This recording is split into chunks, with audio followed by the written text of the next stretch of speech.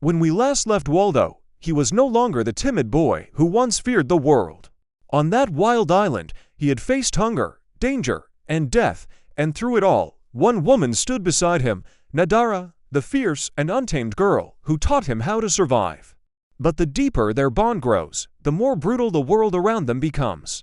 Enemies are gathering. Secrets buried in the island's past are about to surface. And soon, Waldo will learn that the greatest battle isn't against nature. It's against the truth of who he really is. Welcome back to Good Stories channel. Welcome to The Cave Girl, Part 3. Stay close, because this is where survival becomes destiny.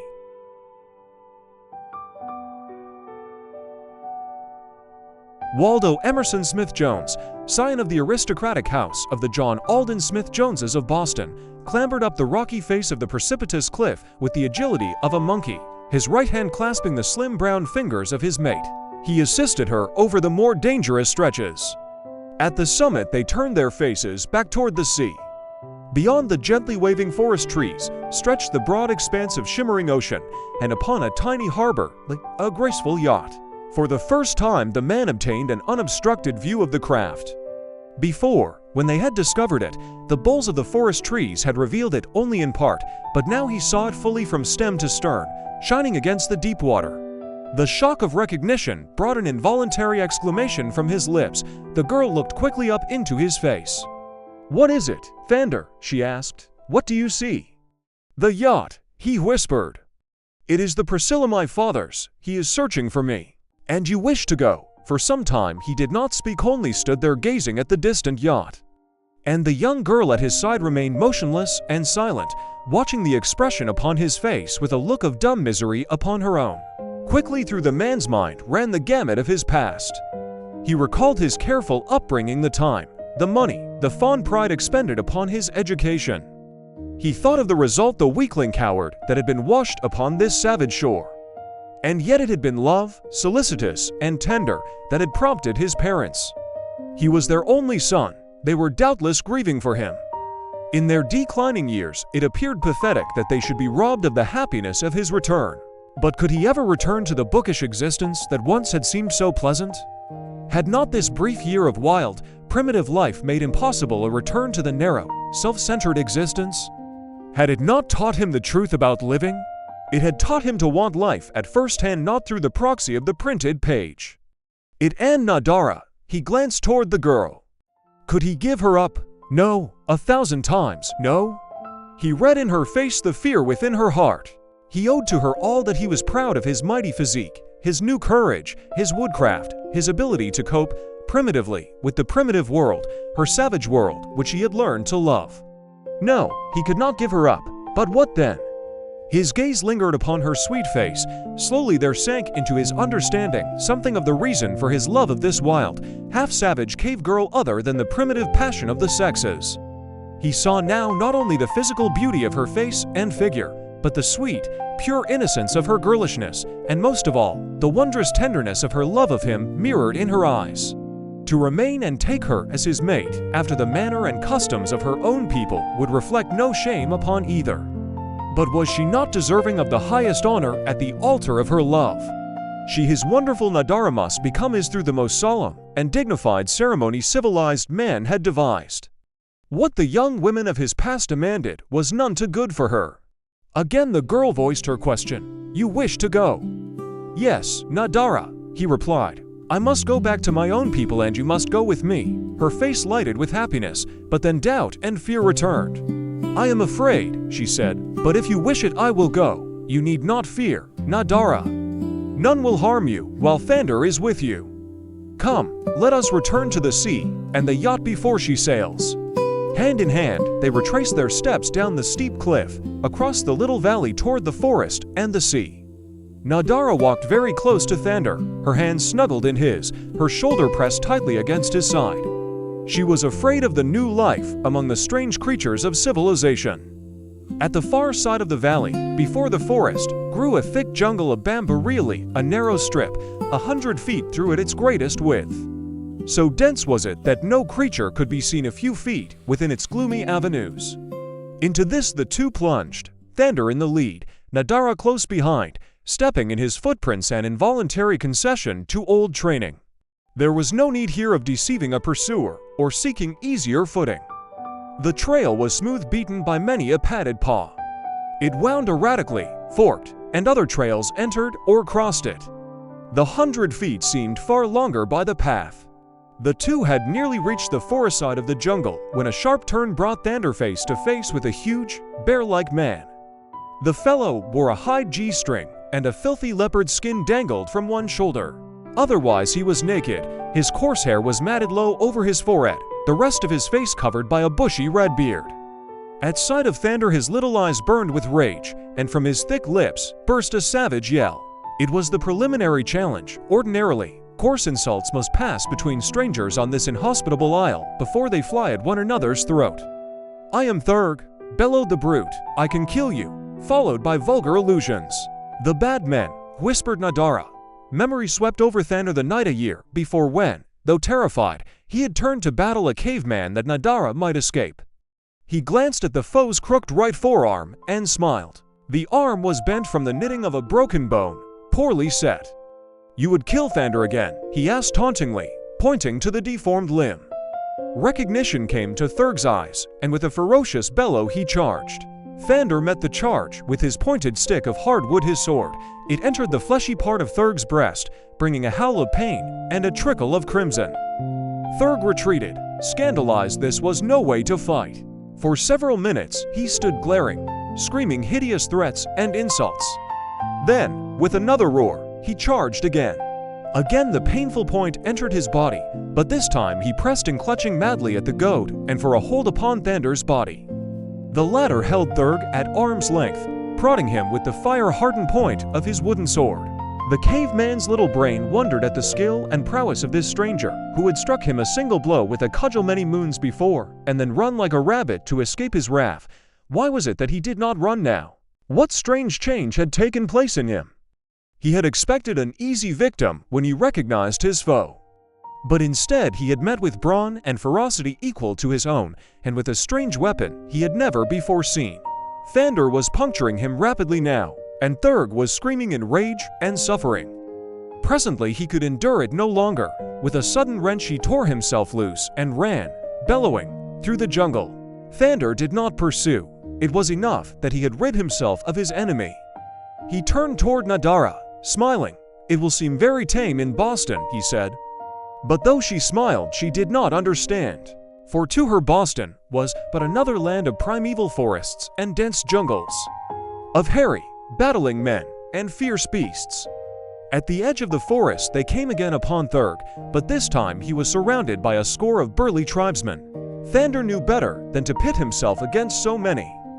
Thurg came rushing down upon them, his fellows at his heels.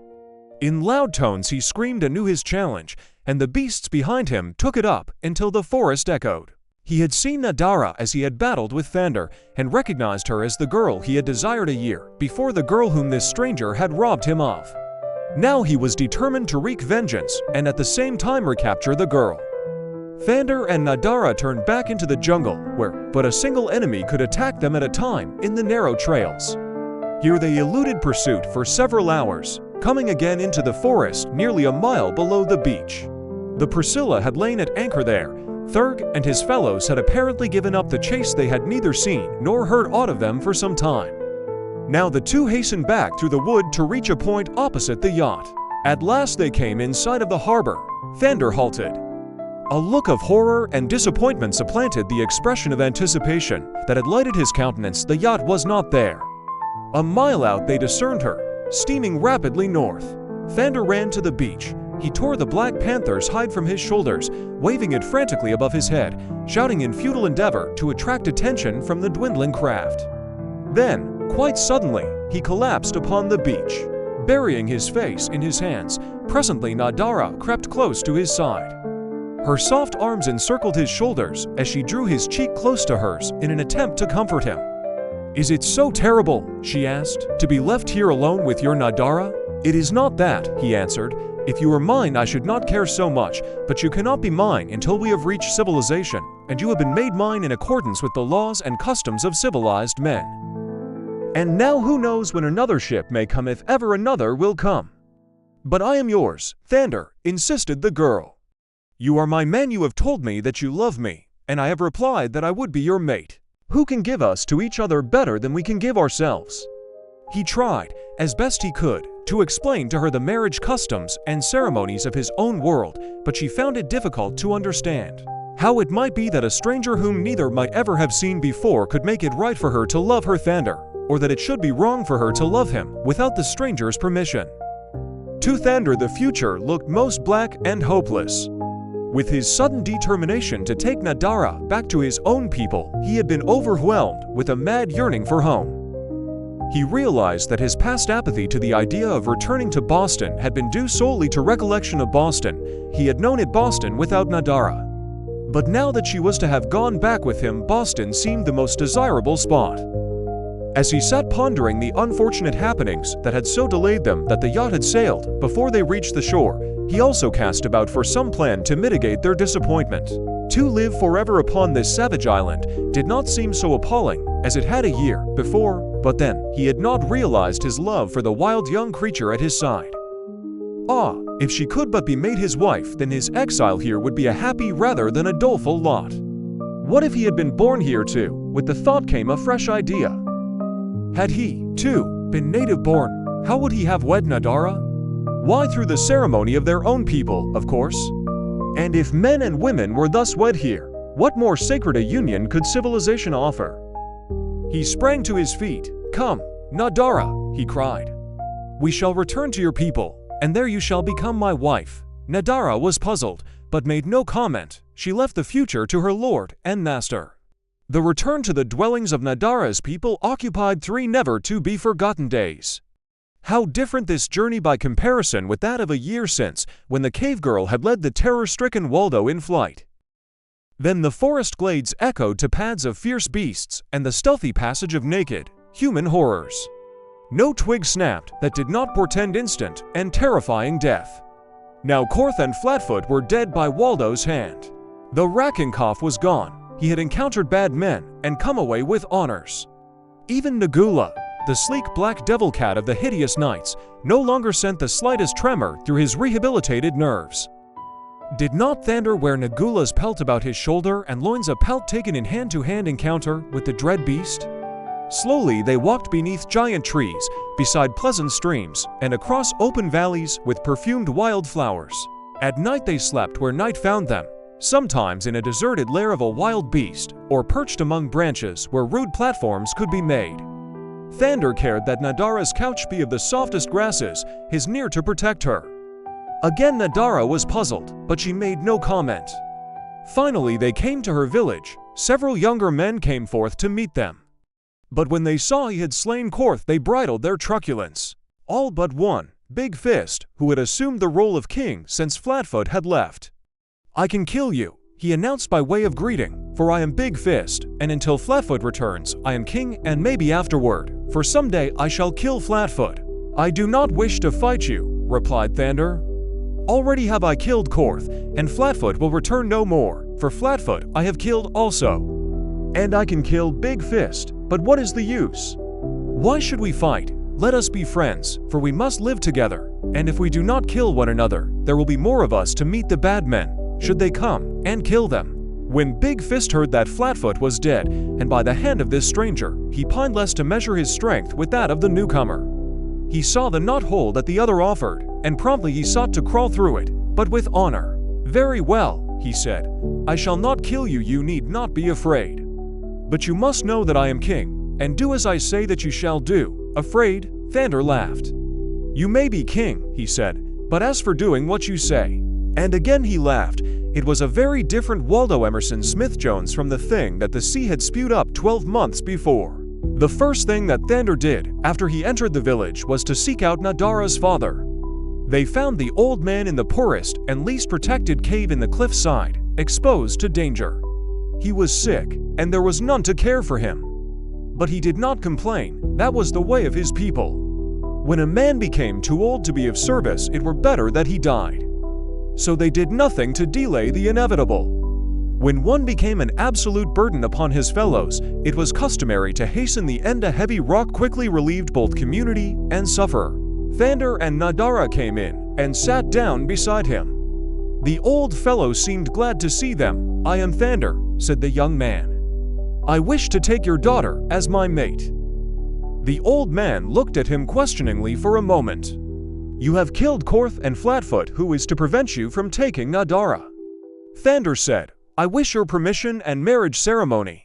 The old man shook his head. "I do not understand." "There are fine caves not occupied. Slay or drive out their owners, if you wish. They will yield to the slayer of Korth and Flatfoot." "I am not worried about a cave," said Thandar. "Tell me how men take their wives among you." Nadara's father replied, "If they do not come willingly, we take them by the hair and drag them." "My mate would not come," he continued, "and even after I dragged her she broke away and fled. But I caught her again, and this time I beat her until she slept. When she awoke it was night.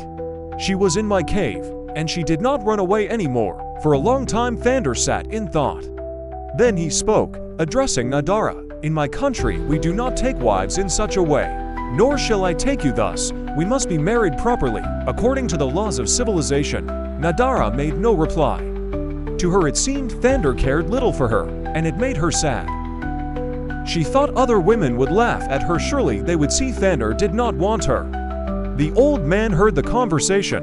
At last he spoke very feebly now, for he was near dissolution. "I am a very old man," he said. "I have not long to live. Before I die I should like to know Nadara has a mate who will protect her. I love her." Though he hesitated. "The what?" asked Thandar. "I have never told," whispered the old fellow. "My mate would not let me, but now that I am about to die, it can do no harm." "Nadara is not my daughter." The girl sprang to her feet in shock. "Not your daughter? Then who am I?" she cried. "I do not know who you are, except that you are not even of my people. All that I know I will tell you now before I die. Come close, for my voice is dying faster than my body." The young man and the girl came nearer to his side, and squatting there leaned close that they might catch each faintly articulated syllable. The old man began his story slowly, with effort. "My mate and I," he said, "were childless, though many moons had passed since I took her to my cave. She wanted a little one, for thus only may women have aught upon which to lavish their love. We had been hunting together for several days alone and far from the village, for I was a great hunter. When I was young no greater ever lived among our people. And one day we came down to the great water. There we saw a strange thing that floated upon the surface, and when it was blown closer we saw it was hollow, and that in it were two people, a man and a woman. Both appeared to be dead. Finally I waded out to meet the thing, dragging it to shore, and there sure enough was a man and a woman. The man was dead, quite dead, long dead perhaps, but the woman was not dead. She was very fair, though her eyes and hair were black.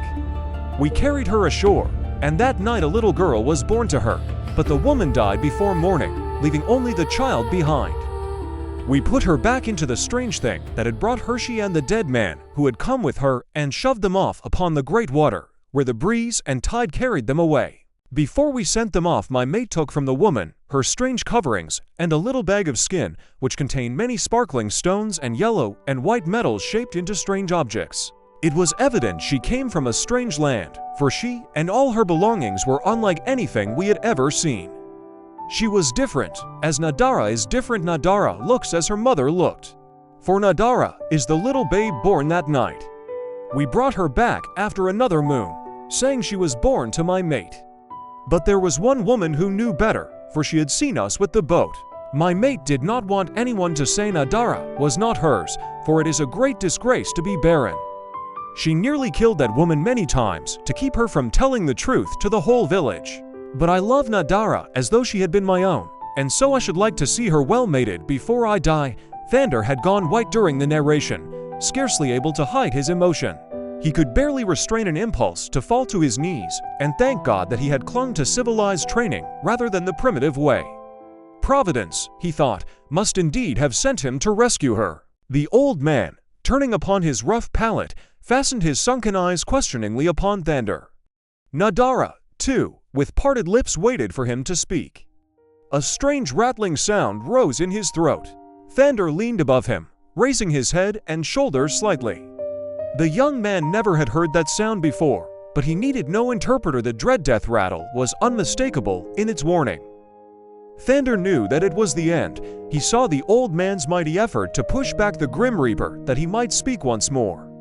In the dying eyes were a question and a plea he understood well. He reached forward and took Nadara's hand. "In my own land we shall be mated," he said.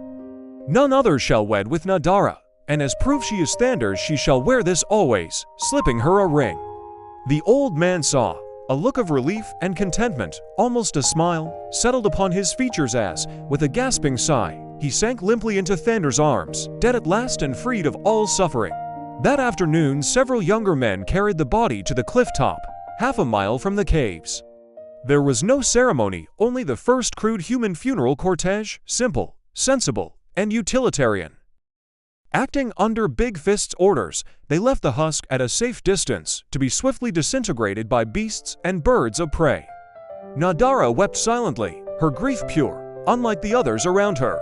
An elderly lady with a single tooth moaned in sympathy. Others joined her, until their hysteria turned into shrieks and screams. Soon the air was filled with hideous chorus, wild and unrestrained. Big Fist and the men, annoyed, rushed upon the mourners, scattering them with fists and teeth. Thus ended the strange festivities, or would have, had Big Fist not struck the fatal blow at Nadara. Thandar had stood nearby, watching in wonder. He had noted Nadara's quiet grief, real and deep, and the others' noisy hysteria. He understood why the men would silence such fiendish, nerve-shaking din. The female half-brutes were theirs, and Waldo Emerson had reverted enough to the primitive to feel no need to interfere. But Nadara was not theirs, and even had she not belonged to him, he would protect her. That she did belong to him, however, filled him with hot, bloodlust rage as he sprang to intercept Big Fist's rush. Thandar knew nothing of boxing or self-defense. His battles were still raw and primeval. Except for his crude weapons, he fought like his anthropoid progenitors, often forgetting them when he crouched to meet a charge. Now he sprang for Big Fist's hairy throat, their bodies colliding with a sullen thud. Rolling, biting and tearing, they struggled on the rocky ground at the cliff base. The other men stopped their assault on the women, who ceased their shrieks, circling to watch the furious combat in silence. Nadara pushed forward, clutching a jagged rock. Big Fist was burly and mountainous, but Thandar, muscled like Nagula, moved with pantherine grace. A sudden blow bent Big Fist's thick neck, making him shriek in pain. Delighted by the effect, Thandar struck again. Bellowing, Big Fist lunged desperately, closing with his foe. His teeth sought Thandar's throat, but in so doing, he exposed his own jugular to deadly retaliation. The strong white teeth of Waldo Emerson Smith-Jones sank into it, instinctive as if ages of evolution had not intervened. In an instant, the veneer of eons fell away, revealing the naked primitive brute again. Big Fist, white with terror, struggled to free himself. Thandar's jaws tightened, a rush of spurting blood choked him. Big Fist convulsed, eyes rolling upward, then collapsed lifeless as the crimson torrent ebbed. Thandar, drenched in blood, rose to his feet. Facing the ring of stunned spectators, he singled out for burly men. "Bear Big Fist to the cliff top," he commanded. "When you return, we shall choose a king." They obeyed at once, not grasping what he meant by choosing. To them, slaying was proof of kingship. And since all had seen him kill Korth, Flatfoot, and now Big Fist, none dared challenge his right to reign. When they had come back to the village, Thandar gathered them beneath a great tree that grew close to the base of the cliff. Here they squatted upon their haunches in a rough circle. Behind them stood the women and children, wide-eyed and curious. "Let us choose a king," said Thandar, when all had come. There was a long silence, then one of the older men spoke. "I am an old man. I have seen many kings. They come by killing, they go by killing. Thandar has killed 2 kings, now he is king. Who wishes to kill Thandar and become king?" There was no answer. The old man arose. "It was foolish to come here to choose a king," he said, "when a king we already have." "Wait," commanded Thandar. "Let us choose a king properly. Because I have killed Flatfoot and Big Fist does not prove that I can make a good king. Was Flatfoot a good king?" "He was a bad man," replied the Ancient One. "Has a good man ever been king?" asked Thandar. The old fellow puckered his brow in thought. "Not for a long time," he said. "That is because you always permit a bully and a brute to rule you," said Thandar. "That is not the proper way to choose a king. Rather you should come together, as we are come, and among you talk over the needs of the tribe. And when you are decided as to what measures are best for the welfare of the members of the tribe, then should you select the man best fitted to carry out your plans. That is a better way to choose a king." The old man laughed, and then, he said, would come a big fist or a flat foot and slay our king that he might be king in his place. Have you ever seen a man who could slay all the other men of the tribe at the same time? The old man looked puzzled. "That is my answer to your argument," said Thandar. "Those who choose the king can protect him from his enemies. So long as he is a good king, they should do so, but when he becomes a bad king, they can then select another," Thandar explained to the listening men. "And if the bad king refuses to obey the new, it would be an easy matter for several men to kill him or drive him away, no matter how mighty a fighter he might be," he added clearly. Several of the men nodded understandingly. "We had not thought of that," they said. "Thandar is indeed wise," the assembly murmured. The idea of protecting a chosen leader began to take root. "So now," continued the American, "let us choose a king whom the majority of us want, and then so long as he is a good king, the majority of us must fight for him and protect him. Let us choose a man whom we know to be a good man regardless of his ability to kill his fellows, for if he has the majority of the tribe to fight for him, what need will he have to fight for himself? What we want is a wise man, one who can lead the tribe to fertile lands and good hunting, and in times of battle direct the fighting intelligently." Flatfoot and Big Fist had not brains enough between them. "Such should not be the business of kings. Your king should protect your mates from such as Flatfoot, and he should punish those who would steal them." "But how may he do these things?" asked a young man, "if he is not the best fighter in the tribe?" "Have I not shown you how?" asked Thandar. "We who make him king shall be his fighters.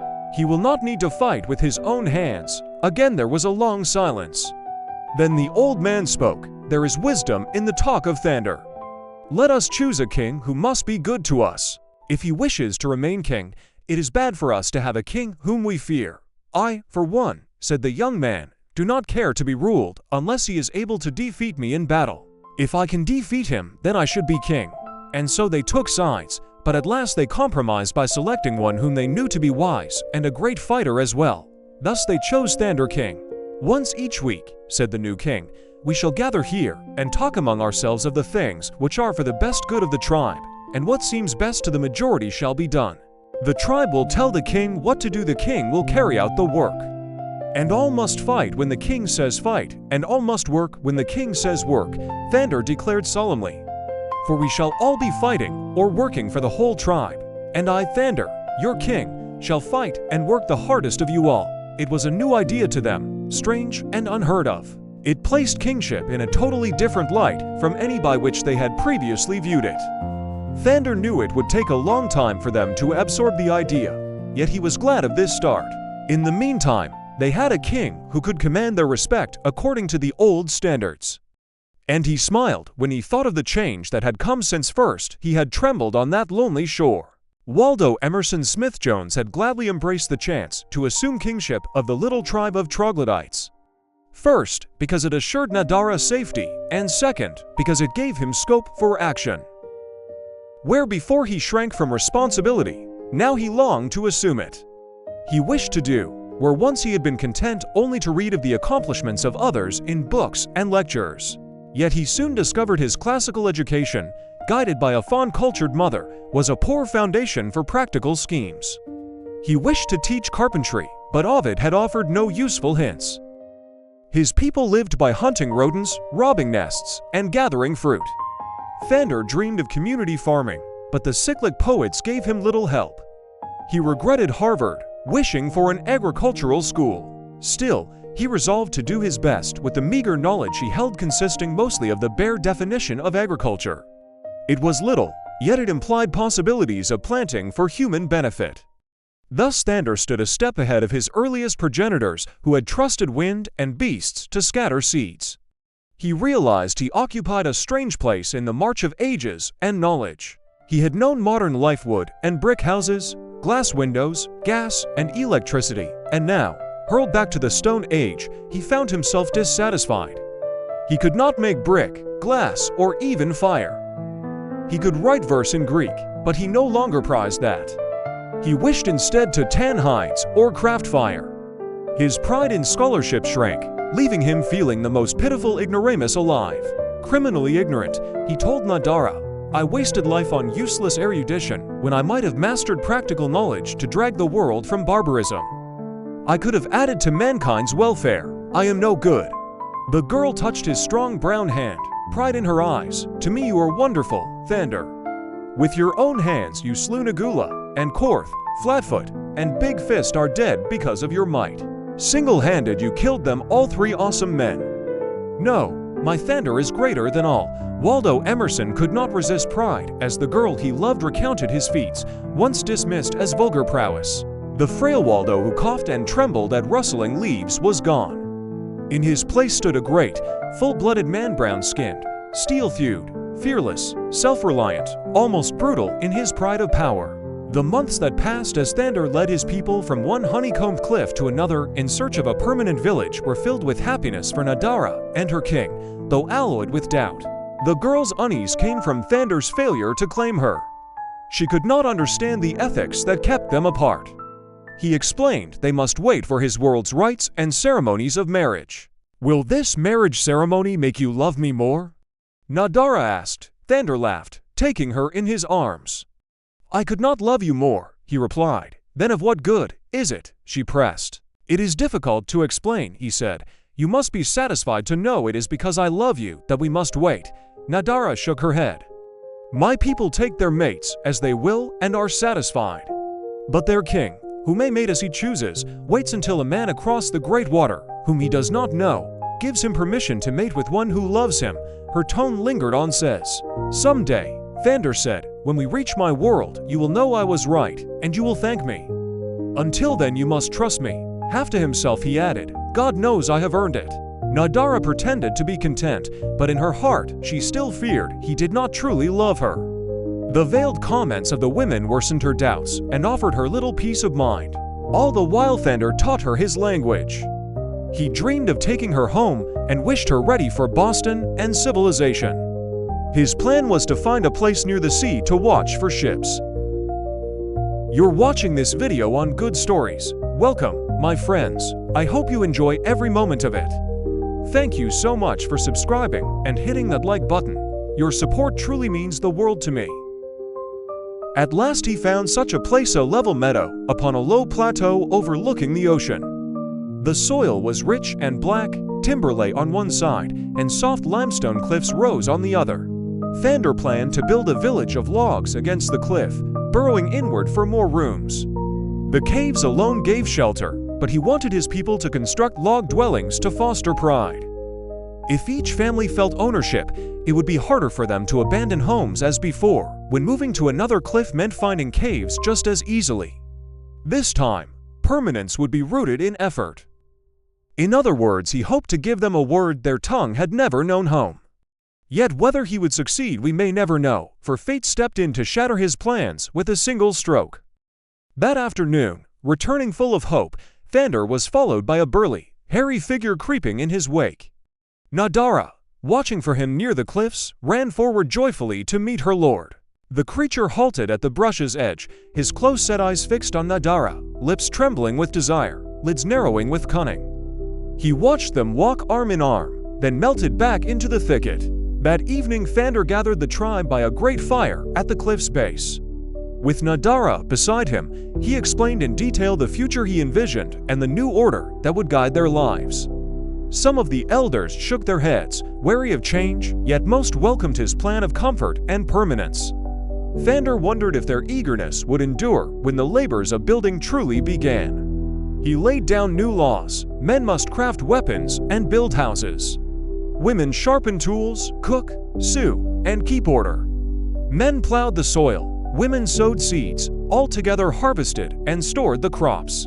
Men hunted and fought, but only against enemies of the tribe. One who killed a tribesman without cause would suffer death. Other laws he made were plain and just, and even these people saw the good. Late that night, each crept to his poor cave dreaming of airy rooms of logs, of plentiful food, and of safety from raids. Last of all remained Thandar and Nadara, seated upon a ledge in the moonlight. They spoke softly of the future. Thandar's mind was filled with plans for his people, with dreams of bridging in 10 years the gulf that had cost mankind countless ages to span through struggle. "And you plan 10 years ahead?" Nadara asked gently, "when only yesterday you hoped a ship would bear us away to your world. Must we wait so long, Thandar, before leaving this savage shore?" "I am planning for them," he answered. "We may not stay to see it, but I must set them on the road. When we go, I'll leave a king to carry out my work." Still, what was that? A low rumbling muttered threateningly out of the west.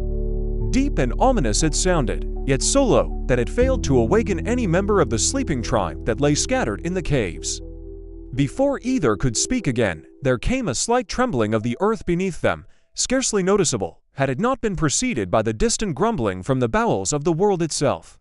The two upon the moonlit ledge rose quickly to their feet, Nadara drawing close to Thandar, while the man's strong arm went about her shoulders in silent, instinctive protection against the unknown. "The great Nagula," she whispered. "Again he seeks to escape. What do you mean?" asked Thandar. "It is an earthquake distant and quite harmless to us," he explained, smiling to calm her fear. "No, it is the great Nagula," insisted Nadara. "Long ago, when our fathers' fathers were unborn, he roamed the land devouring all men, beasts, and birds alike. Nothing escaped his hunger. One day my people found him sleeping in a deep gorge between two mountains. They were mighty men then, and when they saw their enemy asleep, half went to one side and half to the other. And they pushed the two mountains over into the gorge upon the sleeping beast, imprisoning him there. It is all true, for my mother had it from her mother, who was told it by hers before her. Even to this day is heard the growling of the great Nagula in anger, and the earth shakes as he strives beneath to shake the mountains from him. Did you not hear his voice and feel the ground rock?" Thandar laughed. "Well, we are safe then," he cried, "for with two mountains piled upon him he cannot escape. Who knows?" Nadara asked. "He is huge as a small mountain himself. Someday, they say, he will escape, and then naught will pacify his rage until he has destroyed every living creature upon the land. Do not worry, little one," Thandar said gently. "The great Nagula must grumble louder and struggle more fiercely before ever he may dislodge to mountains. Even now he is quiet again, so run to your cave, sweetheart, it is time for sleep." He stooped and kissed her as she turned to go. For a moment she clung to him. "I am afraid, Thandar," she whispered. "Why, I do not know. I only know I am afraid, with a great fear." Early next morning, while several women and children were at the river drawing water, the rest of Thandar's tribe was startled from slumber by piercing shrieks echoing from the forest path. Before the hairy men, led by smooth-skinned Thandar, reached the cliff's base in their rush to aid, several women appeared, fleeing swiftly, their screams mingled with cries of, "The bad men! The bad men!" At their heels came Thurg and a score of vicious brutes, long-armed, hairy, skulking monsters, nearer ape than man, with close-set eyes and retreating foreheads, driven by lust and cannibal hunger. Woe to any victim in their grip, for their primordial passions were unrestrained, their foul appetite for human flesh notorious. In past raids they met little resistance. Terrified cave dwellers fled to dizzy ledges. From above, stones and boulders were hurled down upon foes, yet the bad men always seized a few before retreat was gained. But this time was different, though Thurg, grinning, dreamed of a great feast. With the men slain, storming the cliff to carry off women and children would be easy. In his brutish mind gleamed the image of the brown beauty he had seen greeting the smooth-skinned stranger. That Thandar's men might turn the tables never entered his dull brain. His half-brutes out-muscled cave dwellers, and only the strange, slim stranger troubled him, though their odd weapons puzzled him more. Long slim sticks, little slivers in skin bags, curved branches strung with gut. What use were these toys? Soon he would know, for Thandar's men advanced not in a mob, but in a disciplined line. Thandar stood in the center, calling orders left and right. The ends of the line spread, flanking Thurg's charge. At 50 feet, crouched for battle, the enemy bent their branches and let fly the slivers. A sudden chorus of twangs, Thurg clutched his neck in pain, a sliver lodged just an inch from his jugular. With a howl he ripped it free, as he saw his brutes pierced, to lying dead in the grass. The sight brought the beast man to a halt. He saw his fellows charging the foe, saw another volley of slivers speed from bent branches. Down went another fighter, pierced by strange weapons. Then, at Thandar's shouted command, the tribe cast aside bows and seized their long slim sticks, rushing forward to meet Thurg's people. Thurg smiled grimly. Now, surely, it would soon be over. He turned toward his oncoming foe. It was Thandar. Rage, revenge, lust for blood fired his brute brain. With huge paws he would tear the puny stick away, and at last crush that smooth throat. But from the corner of his eye he saw a strange sight: his people flying. Incredible, yet true. Growling in pain, they ran the gauntlet of fire-sharpened lances. 3 lay dead, the rest streaming blood. Enough for Thurg. He did not wait to clash with Thandar. With a howl of dismay he wheeled and dashed for the woods, last to pass the converging ends of Thandar's primitive, victorious battle line. So fast he fled that Nadara, watching from the cliff, swore his feet flew higher than his head at each frantic leap. Thandar's men pursued for a mile before returning, laughing, to the waiting tribe. It was a day of triumph. There was feasting, and Thandar, recalling things he had read of savage races, improvised a dance in honor of victory, though he knew little of dances save their meaning. He knew song and dance marked a step upward in man's evolution. Yet he flushed at thought of his dignified parents beholding him now, near naked, panther skin about his loins, leading a wild dance. He moved with leaps and bounds, then stately steps, clapping hands to mark the rhythm, while behind him a score of naked warriors mimicked his every antic, aping him in perfect, boisterous fidelity. Around them squatted the tribe, more absorbed by this first ceremonial than by any event in memory, clapping their hands in time. Nadara watched, lips parted, wide-eyed, her soul stirred deeply. Something long forgotten welled within her, urging expression. Her feet ached to move, her heart swelled with unknown melodies. She only knew she was excited, happy, her spirit light as forest wind. Now the dance was done. Thandar led the warriors back to the feast. In the open circle where bodies had leapt and swirled, Nadara ran, drawn by a subtle excitement of the soul beyond her knowing. Around her slim, graceful figure was draped the glossy, black pelt of Nagula, another trophy of the prowess of her man. It half concealed, but to accentuate the beauties of her form in the glow. With eyes half closed she took a half-dozen graceful, tentative steps.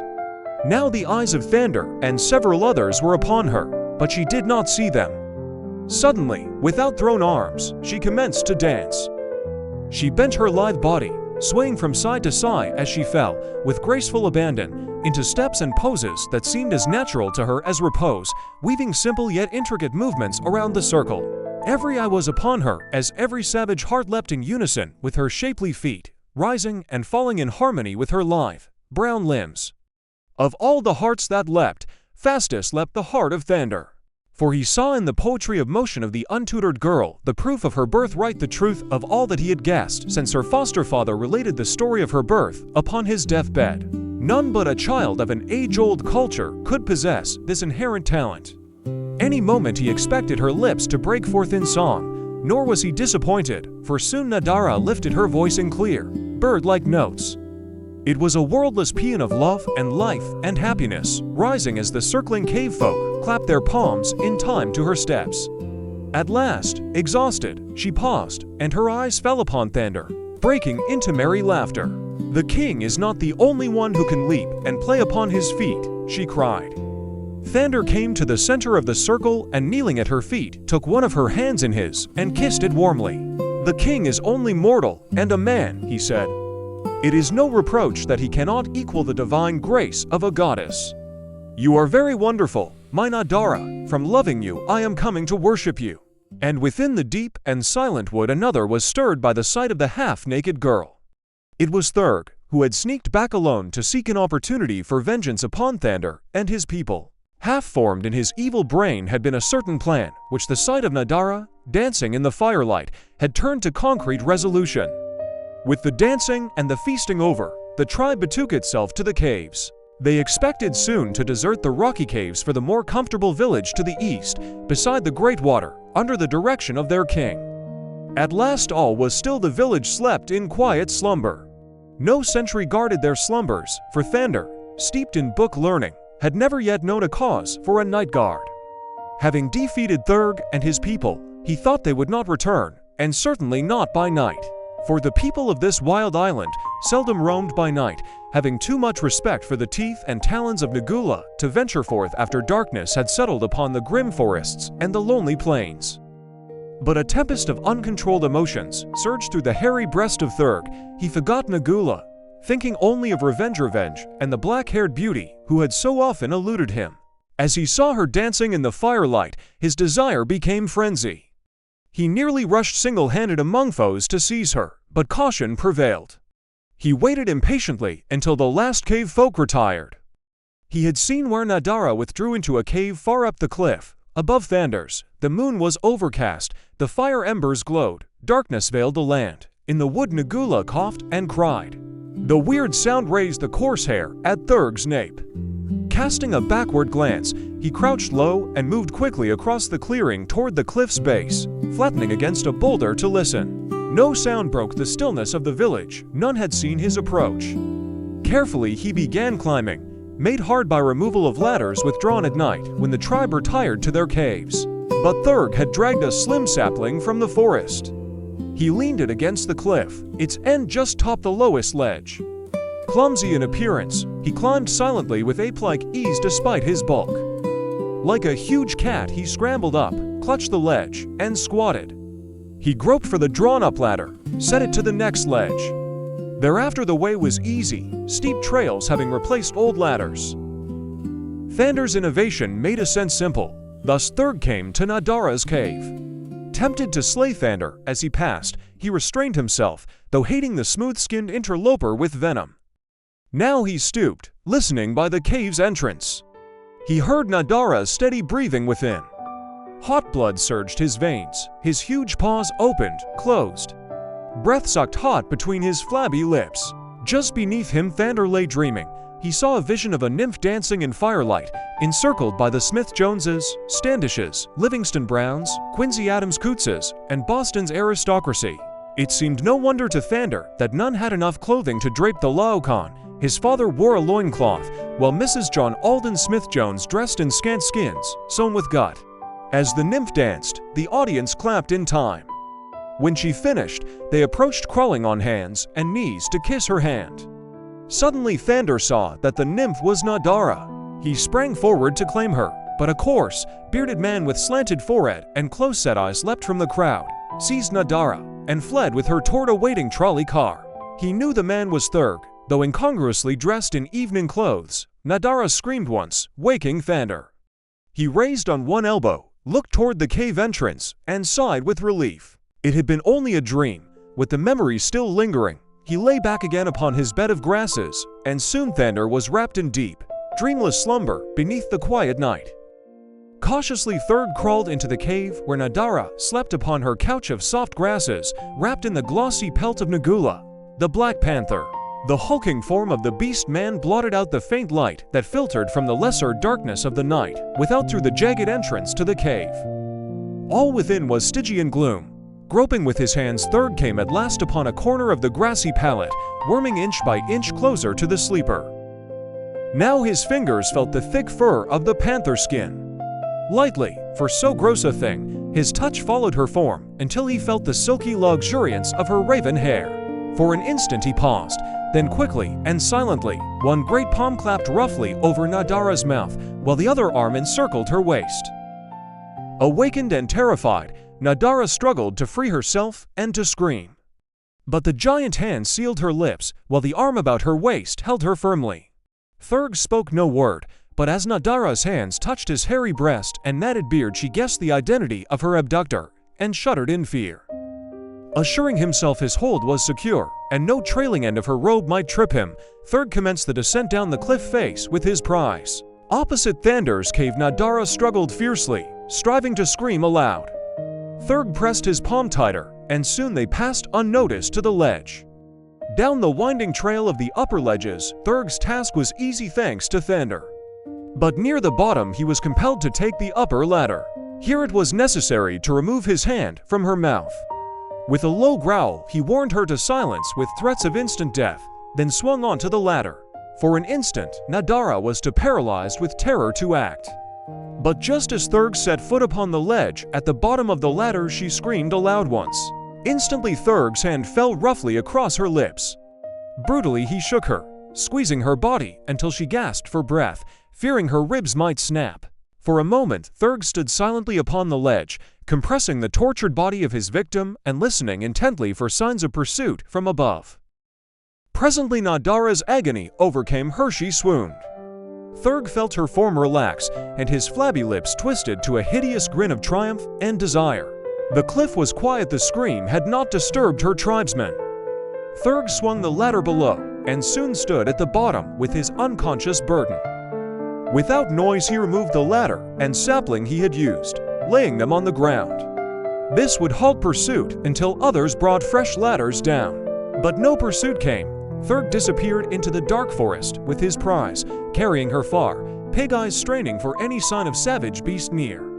The half-atrophied muscles of his little ears, still responding to a nearly dead instinct, strove to prick forward at the crackling of leaves beneath fanged paws. But the wood seemed lifeless. No creature appeared to thwart the beast man's evil purpose. Far behind, Thandar slept, unaware. Thandar grinned, moving forward under the moon's silver-green light, breaking through clouds. Nadara awoke from her swoon in a little open glade. Instantly, she recalled what had happened before her unconsciousness. In the moonlight, she recognized Thandar smirking horribly down at her face. Thandar had often spoken to her of religion, teaching her of his god. She now thanked him that Thandar was too low in evolution to know kissing. The thought of his lips made her shudder. Thandar lowered her to her feet, clutching her shoulder. His greedy, bloodshot eyes devoured her, his awful lips trembling as hot breath came in excited gasps. She knew the end was near. Desperately, she sought escape. Thandar pulled her closer, but suddenly she struck him full in the mouth. Tearing herself free, she fled, yet within moments he seized her, hurling her to ground. The blood from his wounded lips dropped upon her face and throat. Then from afar came a deep, thunderous rumble. Thandar raised his head, listening. Again and again came that dreadful sound. "The great Nagula is coming to punish you," whispered Nadara. Thandar squatted beside her, his passion checked by fear. The ground trembled, shook violently, then tossed as roaring grew deafening. Frozen with terror, Thandar rose to his feet. A lull came, then another shock more terrible. The earth rose and fell, fissures gaping wide, swallowing trees, then closing like hungry mouths denied food. Thandar was thrown down. Terror-stricken, he screamed. Another lull came, and now the beast man leapt up and dashed into the forest. Nadara was left alone in the moonlit, trembling glade. The earth quaked again. The voice of great Nagula rumbled across the world. Animals fled past Nadara, terrified deer, foxes, squirrels, countless rodents scattering in wild, desperate panic. A black panther and his mate trotted shoulder to shoulder into the glade. They eyed Nadara briefly, then loped silently into the brush. Directly behind them came 3 deer in flight. Nadara felt no fear of the panthers. Unlike ordinary times, even deer ran with their natural foes. All lesser fears vanished, swallowed by the overwhelming terror of the great earthquake. Dawn broke in the east, rumblings diminished, tremors came at greater intervals with lessening violence. Nadara began retracing her steps toward the village, still hoping Thandar would come. But at the forest's edge, no sign of Thandar or her tribesmen appeared. At last she stepped into the open. Before her rose the cliff, and anguish broke from her lips. Torn, tortured, crumpled were the lofty crags that had been her home, the home of Thandar's tribe. The cliff top had broken away, lying in a jagged heap at the foot below. The caves had vanished, ledges crumbled before the titanic struggles of the great Nagula. All was desolation and ruin. Nadara approached closer, horror filling her heart at the devastation. Among the shattered rocks were wedged, crushed, mangled forms of men, women, and children. The tribe was destroyed, their homes gone, their lives broken beneath the fury of Earth's wrath. Tears coursed down Nadara's cheeks. Sobs racked her slender figure. And Thandar, where was he? Desperately she climbed over the debris, searching where his cave might once have stood. But there was nothing, only blank, silent stone. She tore frantically at sharp rocks, her fingers cut and bleeding, calling his name aloud. no answer came from the lifeless cliff. Late in the afternoon, weak and exhausted, she gave up. That night she slept in a crevice between two boulders. At dawn she resolved to find a cave where she could live alone. You're watching this video on Good Stories. If you're enjoying it and find it inspiring, don't forget to hit that like button. It's the best way to support the channel and keep these stories coming. For a week she wandered. Most caves she had known were demolished by the quake. At last she found the cliff Thandar had chosen. Here, the destruction seemed far less severe. High on the cliff's face, she discovered a safe cavern. A slender sapling ladder gave access, drawn up after her to bar Nagula, or wandering men from reaching the entrance. She carried rocks to the ledge to hurl at intruders. Fruits, nuts, vegetables, and a gourd of water she stored inside. Resting on the ledge, she gazed across the plain and sea. Something stirred in the tree shadow far below. Was it a man? Alarmed, Nadara pulled her sapling ladder up beside her, heart thudding as she peered anxiously into the distance.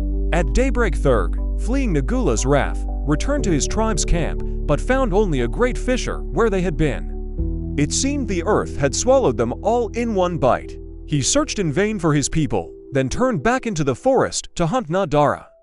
At the ruined cliff he found her footprints, her grassy bed, and signs of her desperate search. Diligently he tracked her spoor eastward for days. At last he reached a plain by the sea. There, across the open ground, he saw lofty cliffsand, someone clambering toward a cave.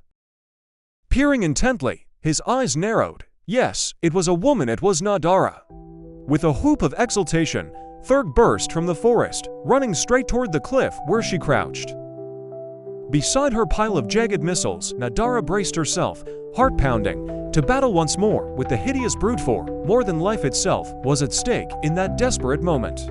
A year had passed since Waldo Emerson Smith Jones left his Back Bay home, seeking in a long sea voyage a cure for his cough and hectic cheeks that proclaimed his near incurable condition.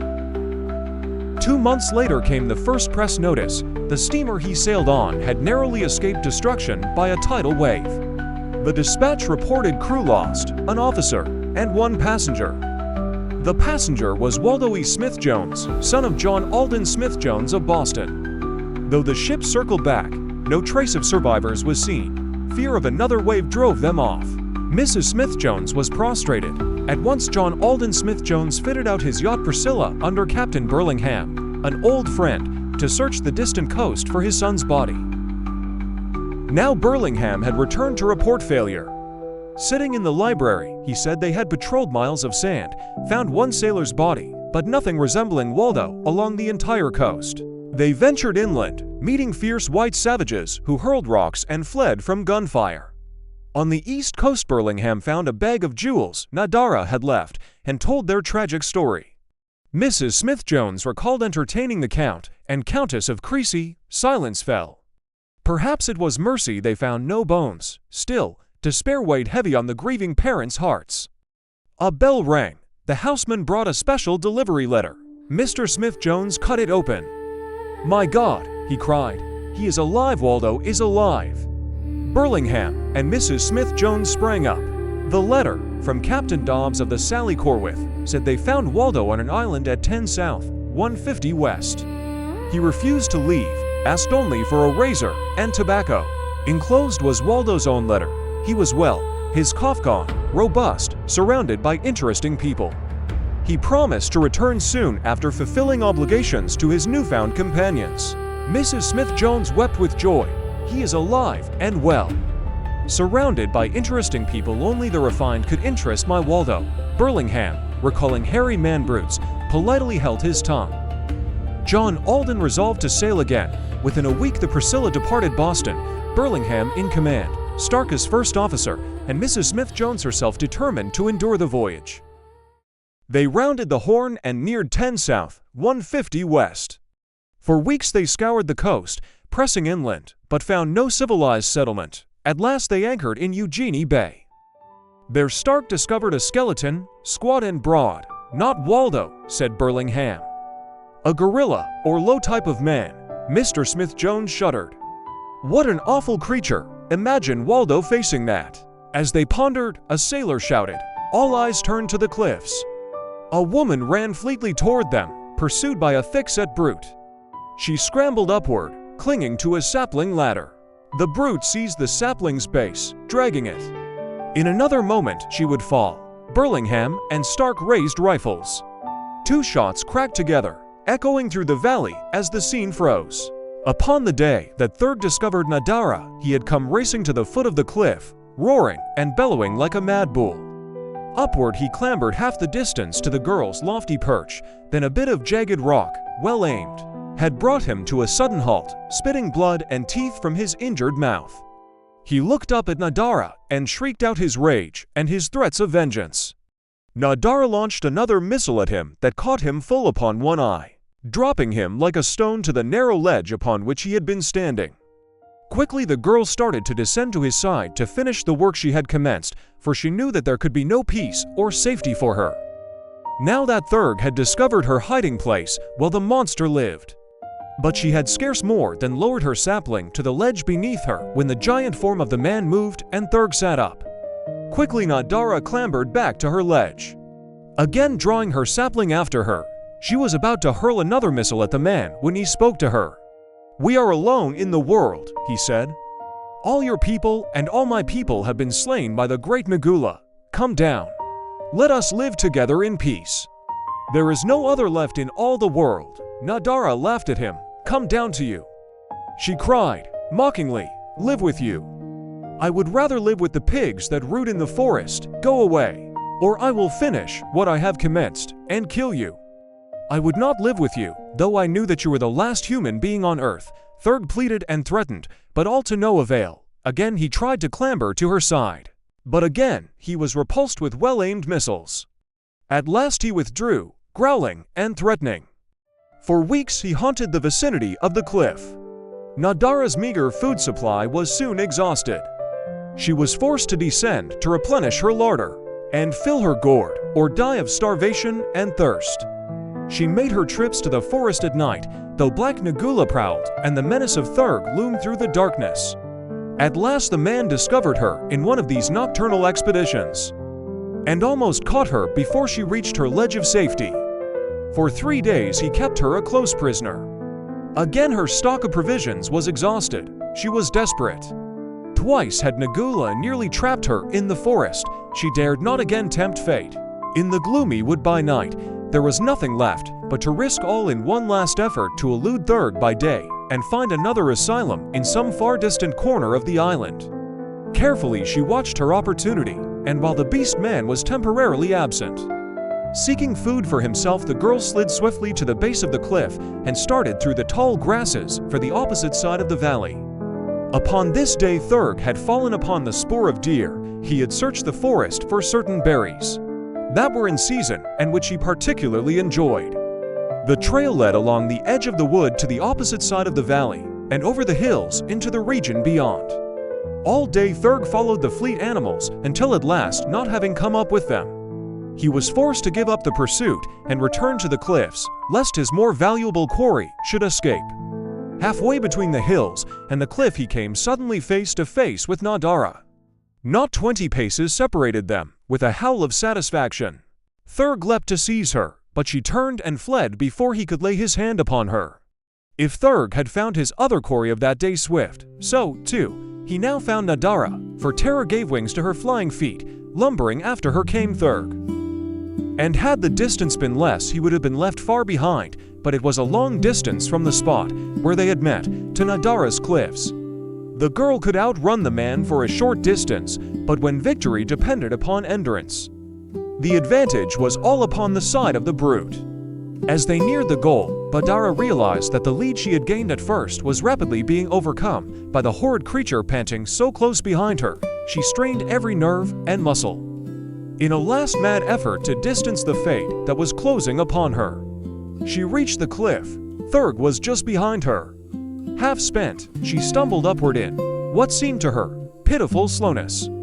At last her hand grasped the sapling that led to the mouth of her cave. In another instant, she would be safe. But her newborn hope went out as she felt the sapling slipping and glanced downward to see Thurg dragging it from its position.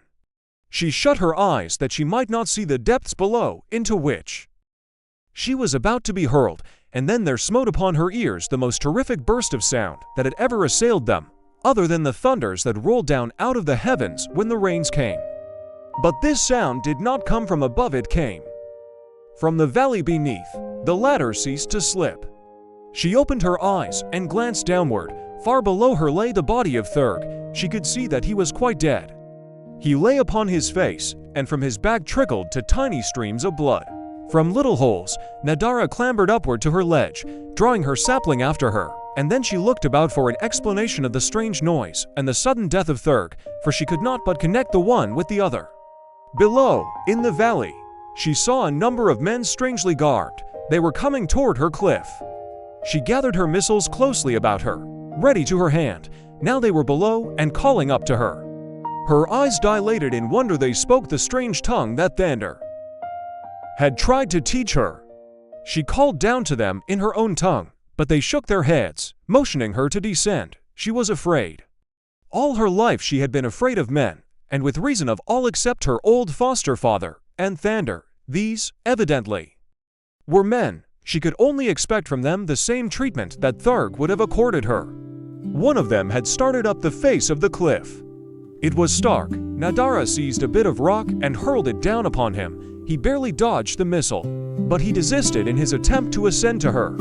Now Burlingham advanced, raising his hand, palm toward her in sign that she should not assault him. She recalled some of the language that Thandar had taught her. Maybe they would understand it.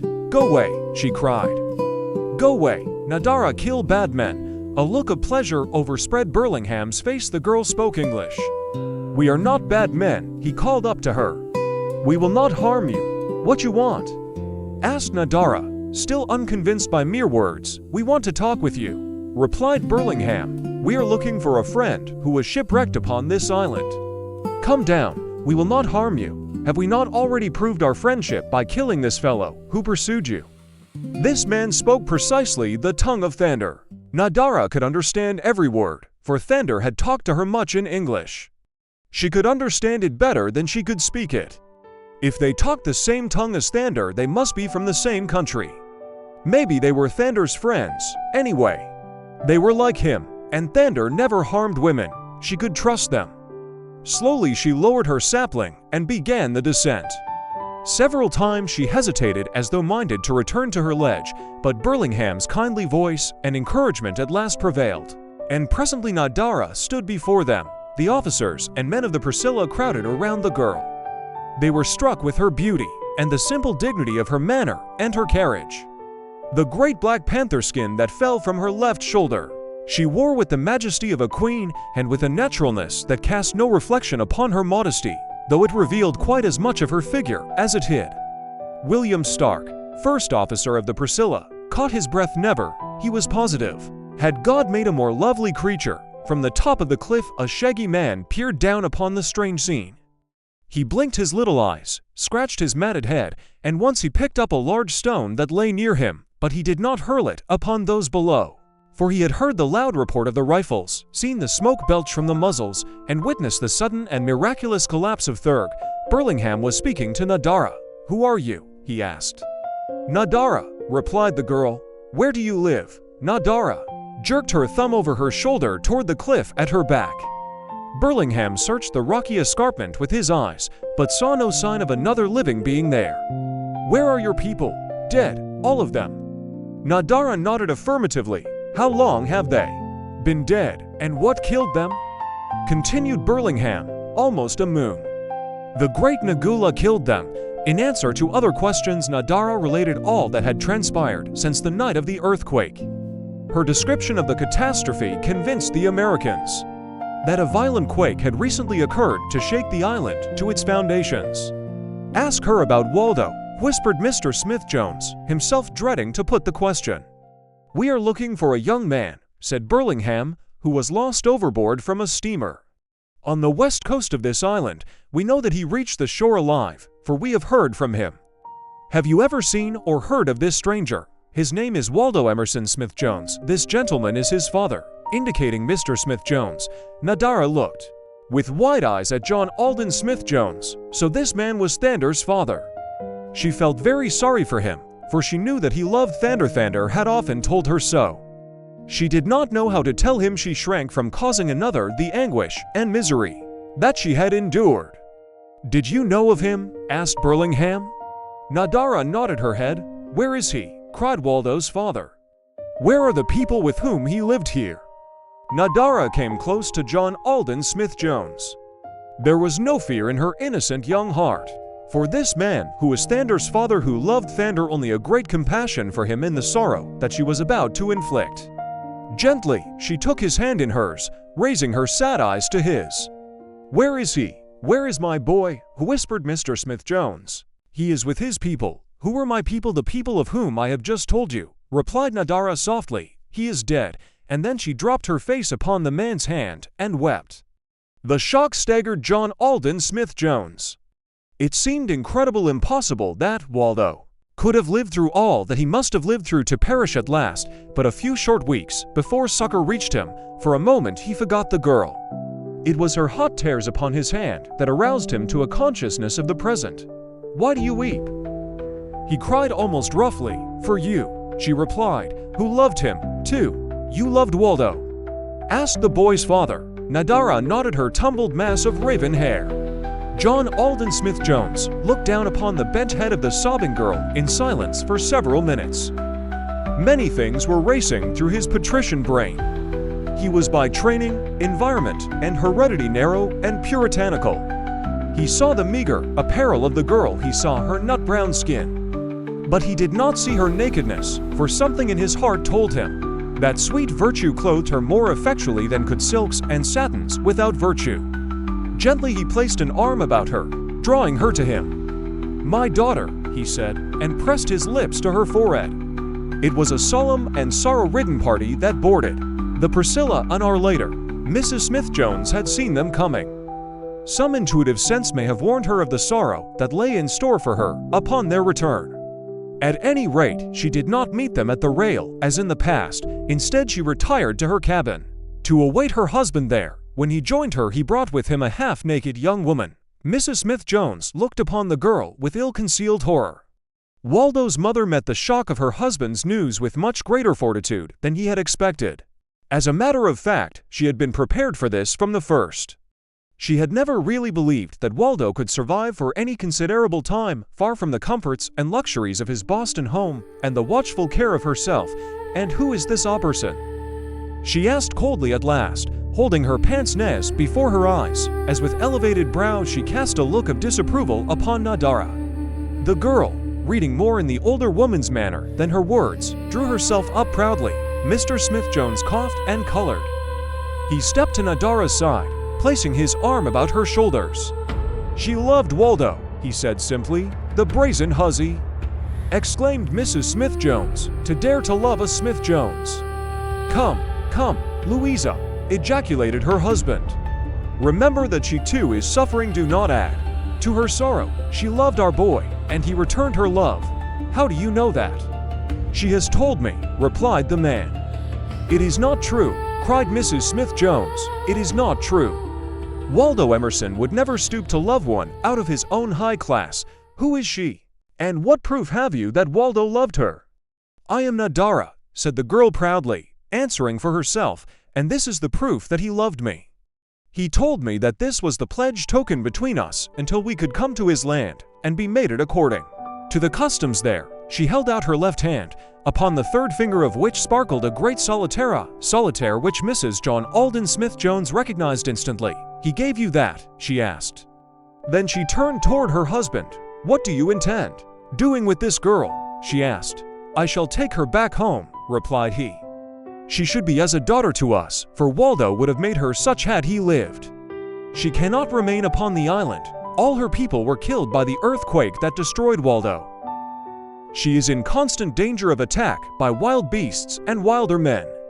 We cannot leave her here, and even if we could, I should not do so, for we owe a duty to our dead boy to care for her as he would have cared for her, and we owe a greater duty to her."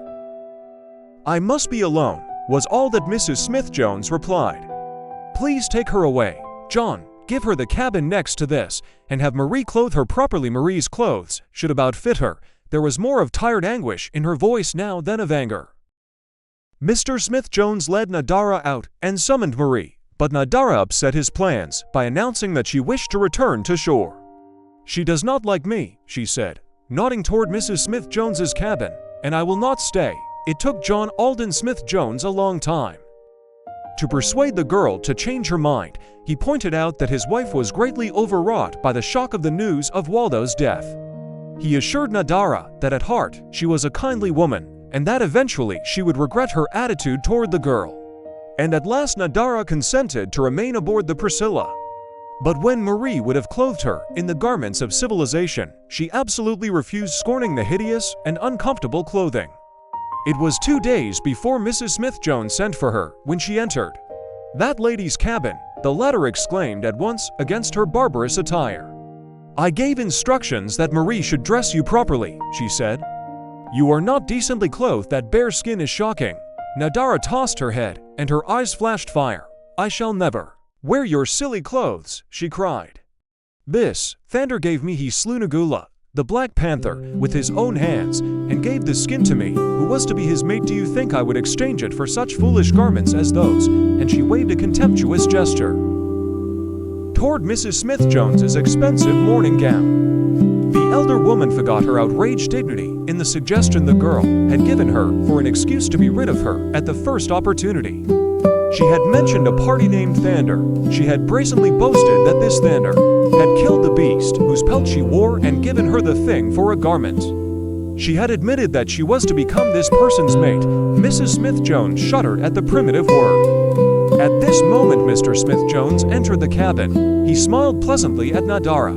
And then, seeing in the attitudes of the two women that he had stepped within a theater of war, he looked questioningly at his wife. "Now what, Louisa?" he asked, somewhat sharply. "Sufficient, John," exclaimed that lady, "to bear out my original contention that it was a very